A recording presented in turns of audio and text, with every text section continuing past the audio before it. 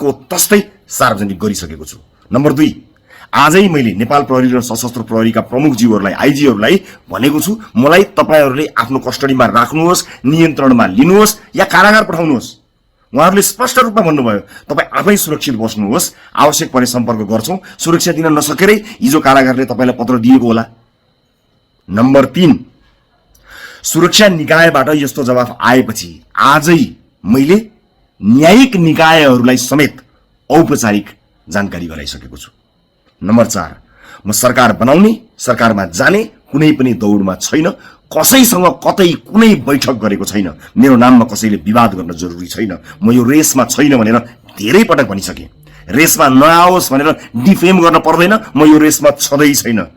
तर यो देश रहनुपर्छ, लोकतन्त्र रहनुपर्छ, नागरिक सर्वोच्चता रहनुपर्छ। यो कुरामा म कसैसँग नडराई दरोसँग उभिने ताकत बाचुन्जेल राख्नेछु। नम्बर 5, यो आन्दोलन जेनजीको हो र अबको नेतृत्व जेनजीले नै तय गरोस्। म आफ्नो मुद्दा कानुनी माध्यमबाट नै लडिरहेको छु, लडिरहनेछु।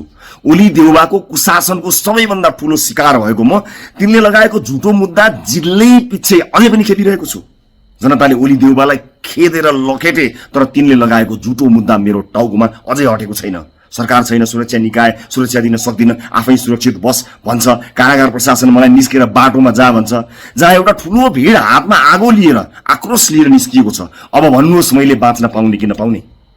कांग्रेस एमालेबाट जेनजीसम्म आइपुग्दा पनि म माथिको अन्याय नरोकिने नै हो त यो देशमा? मलाई र म नेतृत्वको रासोपालाई कुनै पनि राजनीतिक लाभ चाहिएको छैन।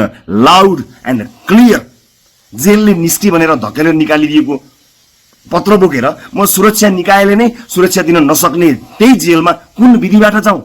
विधिमा लाग्छु। आई रिपिट, यो देश रहनुपर्छ, लोकतन्त्र रहनुपर्छ, नागरिक सर्वोच्चता रहनुपर्छ, मानवाधिकार, व्यक्तिगत स्वतन्त्रता, सुशासन, खुल्ला र पारदर्शी समाज जस्ता लोकतन्त्रका आधारभूत स्तम्भहरूमा चाहिँ नो कम्प्रोमाइज। एउटा नेताको पछाडि कहिले लाखौंको भिड हुन्छ, कहिले ऊ एक्लै खडा हुनुपर्छ।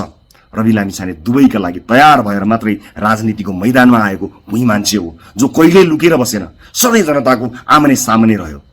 यिनले कालकोठरीमा थुन्दा पनि यिनको मुटु हल्लिने गरी वक्तव्य निकालेर भ्रष्टहरूलाई ललकारेको मान्छे हो म, नबिर्सिनुहोला।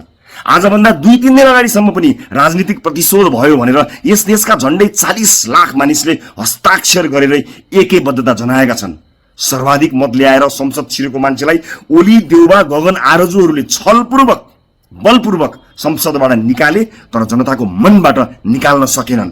मेरो कुरा यति हो कि यो देश रहनुपर्छ स्वाधीन, स्वाभिमानी, स्वतन्त्र, अटल र सार्वभौम। सबको जय होस्।